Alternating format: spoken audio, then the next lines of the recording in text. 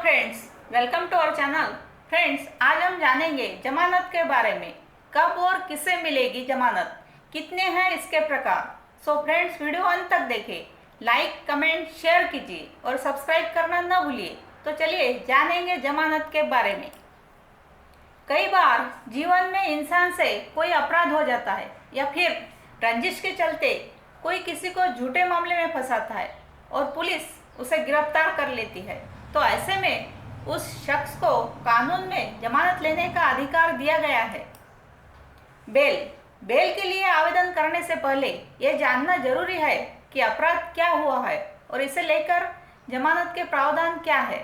कानून के मुताबिक अपराध दो तरह के होते हैं, जमानती और गैर जमानती अपराध। जमानती और गैर जमानती अपराध। जमानती अपराध में क्या होता है? जमानती अपराध में मारपीट, धमकी, लापरवाही और मौत, लापरवाही से मौत, लापरवाही से गाड़ी चलाना जैसे मामले आते हैं।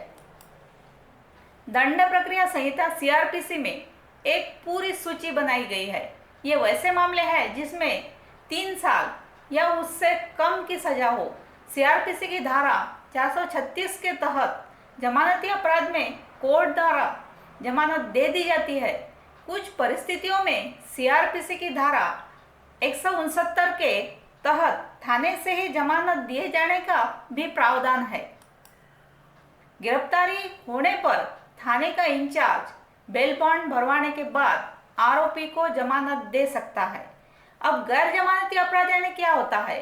गैर जमानती अपराधों में रेप, अपहरण, लूट, डकैती, हत्या, हत्या की कोशिश, गैर इरादतन हत्या, फिरौती के लिए अपहरण जैसे अपराध शामिल है। इस तरह के मामलों में अदालत के सामने तथ्य पेश किए जाते हैं और फिर कोर्ट जमानत पर फैसला लेता है। जब कोई शख्स गैर जमानती अपराध करता है तो मामला मजिस्ट्रेट के सामने जाता है। अगर मजिस्ट्रेट को लगता है कि मामले में फांसी या फिर उम्र कैद तक की सजा हो सकती है तो वो बेल नहीं देते, लेकिन इससे कम सजा के प्रावधान वाले केस में मेट्रोपॉलिटन मजिस्ट्रेट कोर्ट केस के मेरिट के हिसाब से जमानत दे सकते हैं। ध्यान देने वाली बात है कि सेशन कोर्ट किसी भी मामले में बेल की अर्जी स्वीकार कर सकते हैं।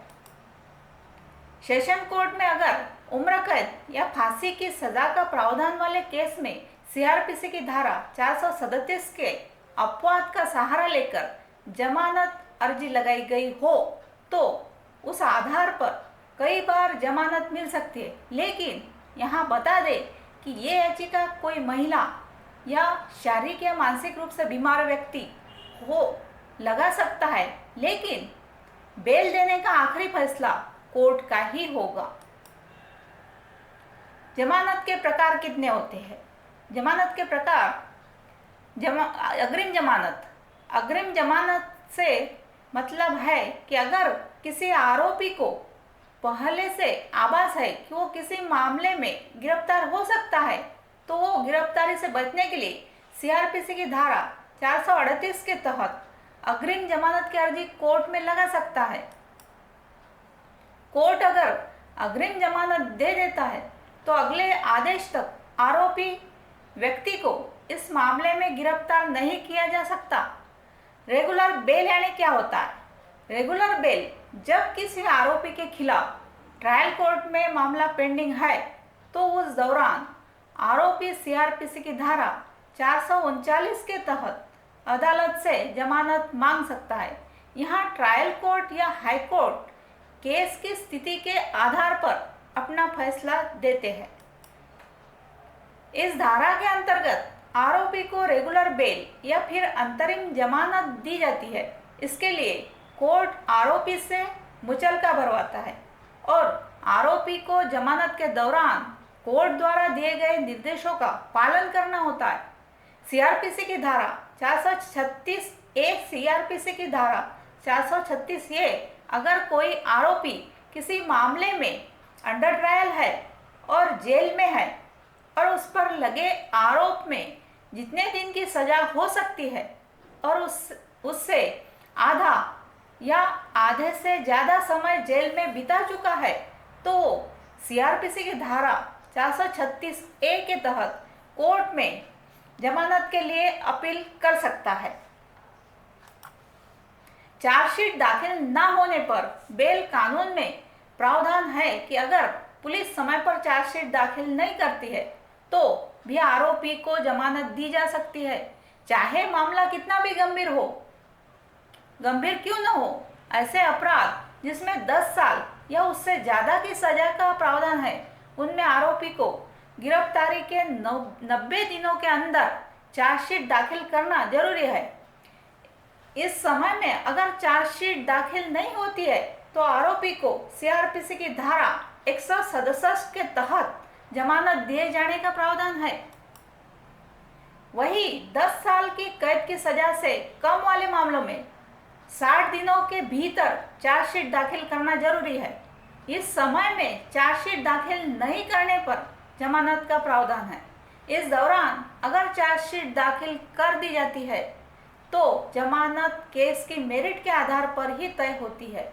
इन कारणों से भी नहीं मिल सकती बेल। अदालत में बेल पर सुनवाई के दौरान मामले की गंभीरता, आरोपी द्वारा गवाह को प्रभावित किए जाने का अंदेशा, आरोपी के भाग जाने की आशंका आदि कई ऐसी बातें हैं जिनके आधार पर कोर्ट जमानत देने से इनकार कर सकते हैं।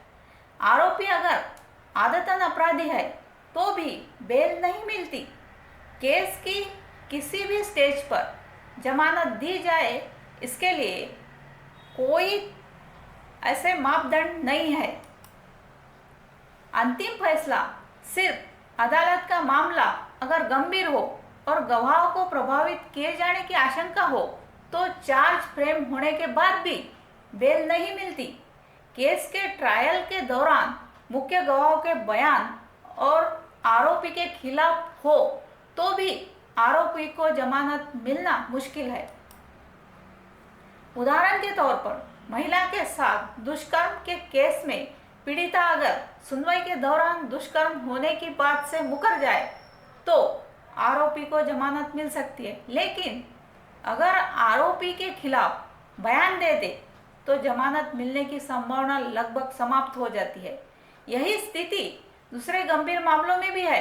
गैर जमानती अपराध में किसे बेल दी जाना चाहिए और किसे नहीं, ये फैसला पूरी तरह अदालत का रहता है। Thank you friends.